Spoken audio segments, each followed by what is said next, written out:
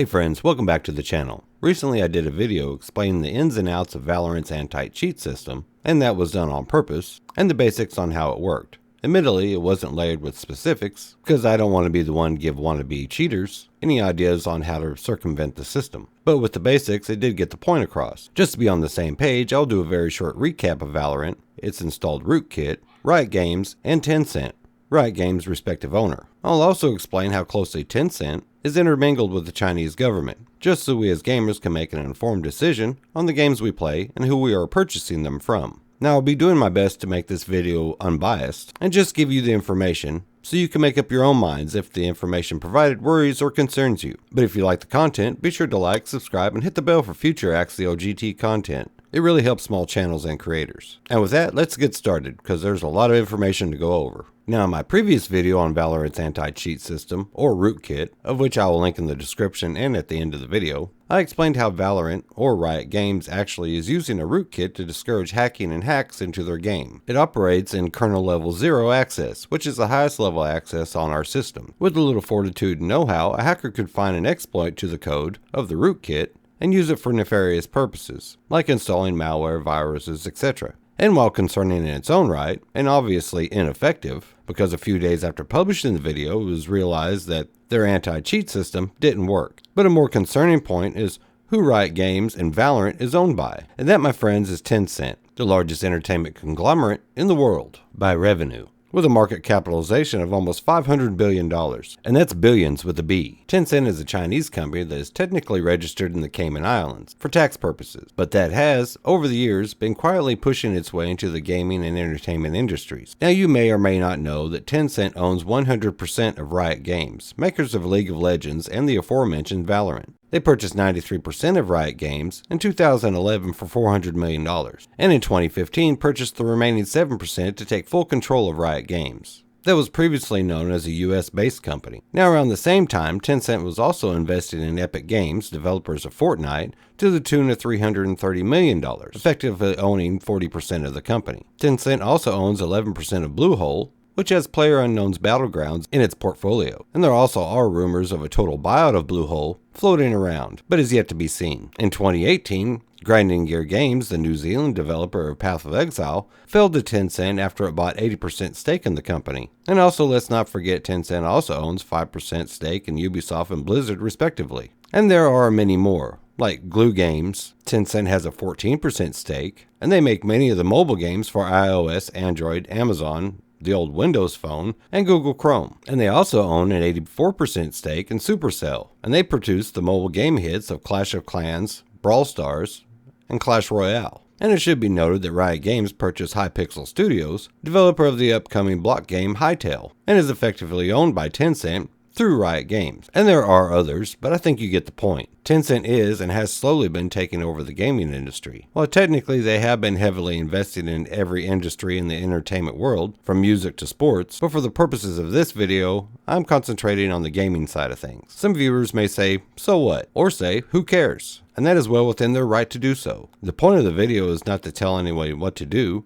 or how to spend their money. The point is to provide context and information so gamers can make up their own minds on what they decide to support or what games they decide to play. So why might you care about this and who Tencent owns? Well, to answer that question, we need to know who and what Tencent actually is and how everything ties together. First, we'll go back to Tencent's beginnings. It was founded in 1998, and it first hit the ground running with its messaging app, otta, an ICQ ripoff, but had to change its name due to a lawsuit being threatened by AOL, who owned ICQ at the time. Its new name is now QQ, and at around the same time, Tencent also jumped into the mobile gaming market, and has since become a very lucrative venture. Out of the top 100 highest grossing games on Android, 45% in some way belong to Tencent. In 2011, Tencent launched its WeChat social media app, and as of 2019, it is one of the biggest, most powerful social media apps in the world, and has over 1 billion active users per month. And it's not only in China. It has been estimated there are 4 million users here in the West. Now comes the controversy. It has been brought to light that WeChat is China's long arm of the law, monitoring and censoring everything the Chinese government deems fit, and has also been rumored to have been used to track individuals the government deems as criminals or terrorists, which you might know, China uses that term, criminals and terrorists, at the drop of a hat, anyone they don't like. Now imagine, if you will, Okay, wait a minute.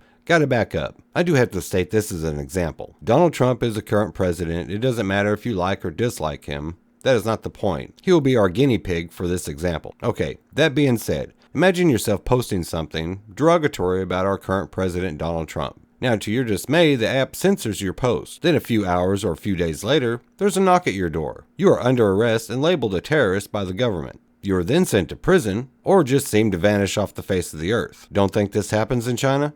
Well, think again. China has always been known for its violation in human rights, especially people that criticize the government. Or you could just ask the BBC reporter who was covering the 30th anniversary of the Tiananmen Square incident, or massacre, however you want to remember it. He stated while covering the remembrance of the event, he posted a few pictures of the goings-on and was instantly locked out of WeChat. And when he tried to log back in, a message appeared. This WeChat account has been suspected of spreading malicious rumors and has been temporarily blocked. It also gave him instructions on how to continue to log in. He had to agree to spreading malicious rumors and provide a face print or a picture of himself and a voice print. And it finally logged him in. And continuing on that same point, a recent study by the University of Toronto's Citizen Lab found that WeChat is not only able to filter words, but it also can identify pictures and block them without users' knowledge, then forces users to add themselves to a database of suspicious users, all thanks to Tencent and its buddy-buddy relationship with Beijing. Now, Tencent did release a statement regarding the alleged spying on behalf of Beijing, and it stated,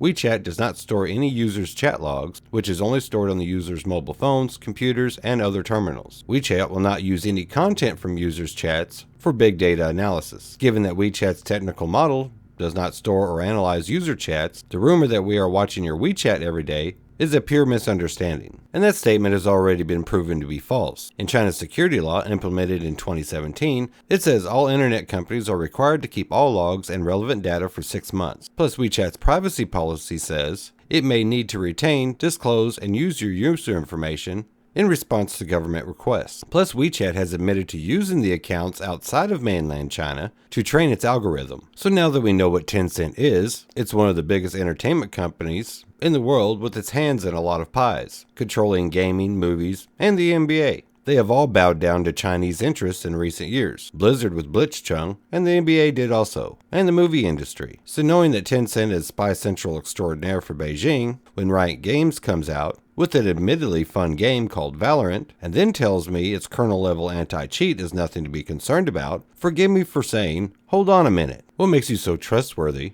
of my system with my personal information on it? And being the type of person I am, I do not trust blindly, just because a company asked me to. I will look into a company's background to see if they are trustworthy. Trust is earned, not just given. And given the current situation of relations between East and West being deplorable at best, and hacks attacking Western industries that have been said to come from mainland China, I believe it best just to err on the side of caution. But as I said in the beginning, I am not saying not to play Valorant, and I'm not saying Riot Games is evil. I'm just saying be cautious of blindly accepting a company's word that your data is safe in their hands. I, for one, as a gamer, like to stay informed, and I want to do my best in keeping my fellow gamers informed. So what do you guys think about all this? Has Riot Games or Tencent earned the trust of the Western world? Or how do you feel about Tencent creeping its way into all aspects of entertainment? Or does it not really even matter to you? Tell me in the comments below. I'm interested in what you think, and I always do my best to read and answer all comments.